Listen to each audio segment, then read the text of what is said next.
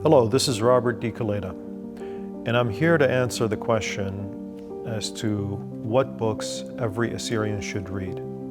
I'm in the Ashurbanipal Library, and the Ashurbanipal Library focuses on Assyrian history, the Assyrian story. It's hard to answer the question of whether one book really tells the entire story of Assyrian history. So what are the 10 books that every Assyrian should read to truly understand or get a good grasp of Assyrian history? Let's start with the ancient period. And to recommend a very classic yet interesting book about the Assyrians, I would recommend History of Assyria by H.W.F. Olmstead. This book begins the Assyrian story at the very beginning in the city-state of Ashur and goes all the way to the fall of the Assyrian kingdom. And in the hundreds of pages, the author makes it an interesting story of Assyrian kings and one Assyrian queen, and tells the story of how Assyria began and tells the story of what happened to Assyria, and explains the issue of Assyrian cruelty, which a lot of earlier authors had focused on to talk about the Assyrians. So, A History of Assyria is very, very important to read by H.W.F. Olmstead. Complementing that is The Might That Was Assyria, which came about 50 years later. A History of Assyria, written by Olmstead, was written in 1923. This book was written in 1984, so about 50 years later. And this book also tells the story of Assyria, acknowledges that the Assyrians are living people, descendants of the great Assyrian Empire, establishes that Assyria was a sophisticated civilization, a very powerful civilization, a mighty civilization, and also critiques the view that many had about the Assyrians, which was that they were cruel and ruthless people.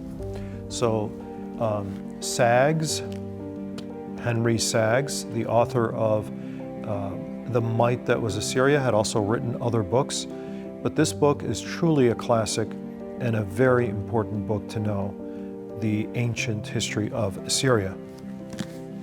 So what happens to the Assyrians after the fall? Well, a very interesting book is Moffett's A History of Christianity in Asia.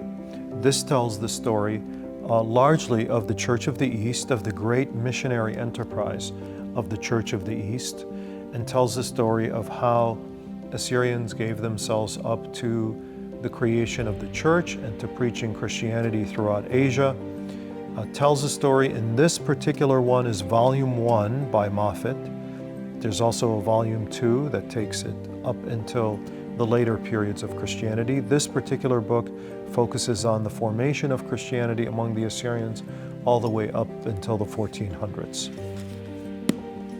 Great book. So we talked about the ancient period and we talked about the Christian period.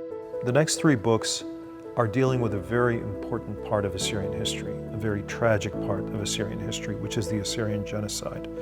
And these next three books, what they have in common is that all three of them were written by Assyrian priests, and all are expressive of an Assyrian voice. First, Abraham Yohannan's Death of a Nation.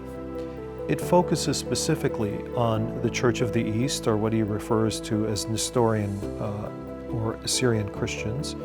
Talks about the history of the church, goes into a great detail about the persecutions of the ages during Christian ages, but then focuses on the persecutions of the First World War. So this is a very important book and expresses the hopes and desires of an Assyrian priest. And second, Shall This Nation Die? A very poignant, very powerful work that tells the history of various Assyrian groups, including the Chaldean, the Church of the East, and the Syriac Orthodox Church, but also gives voices to individuals who suffered persecution in the First World War period. The author himself experienced persecution and managed to escape the killings during this time.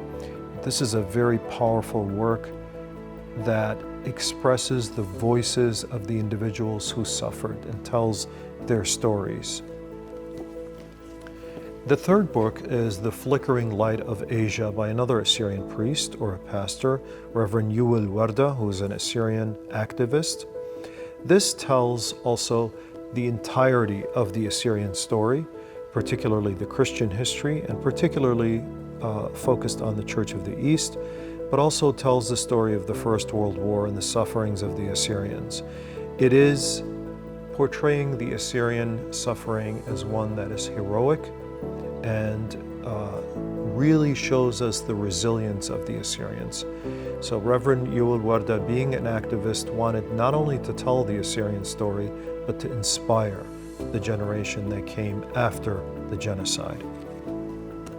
Finally, The Year of the Sword by Joseph Yacoub is a much more scientific work, but I would not say dispassionate about this period in time. Again, a very important period of the suffering of the Assyrians. If one wants to understand the modern history, the predicament of the Assyrians, one must read a book about this period. And this in particular is a very important work.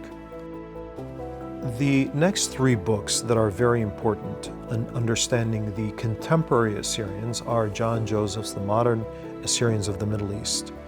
This is the first book that I would recommend that every Assyrian read, although I have disagreements with his disputation of the continuity of Assyrian history. In other words, he believes that there's a great deal of discontinuity when it comes to Assyrian history from the ancient past to the present. John Joseph, nevertheless, does a very good job in making us understand how the Assyrians came to be in the situation that they are in today, and is critical of, in particular, the British, and not so much the Americans, but the British, because this book was written prior to the Gulf War, the Second Gulf War, which had a great deal of impact on the Assyrians. But this book talks about the experiences of the Assyrians, explains how the word was used, explains the word Chaldean and Syriac and so forth, and is a very, very important book, a compact book to understand a comprehensive history of the Assyrian people once they became Christians. Sargon Donabed's book, Professor Donabed is an Assyrian who has written Reforging the Forgotten Past.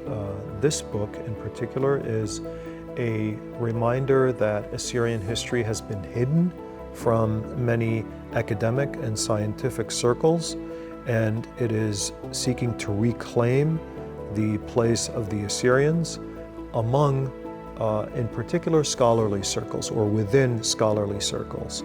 And he tells the story of the Assyrian genocide from a different perspective, but also tells the story of Assyrian identity and Assyrian politics in the late 19th and 20th centuries. So a very important book.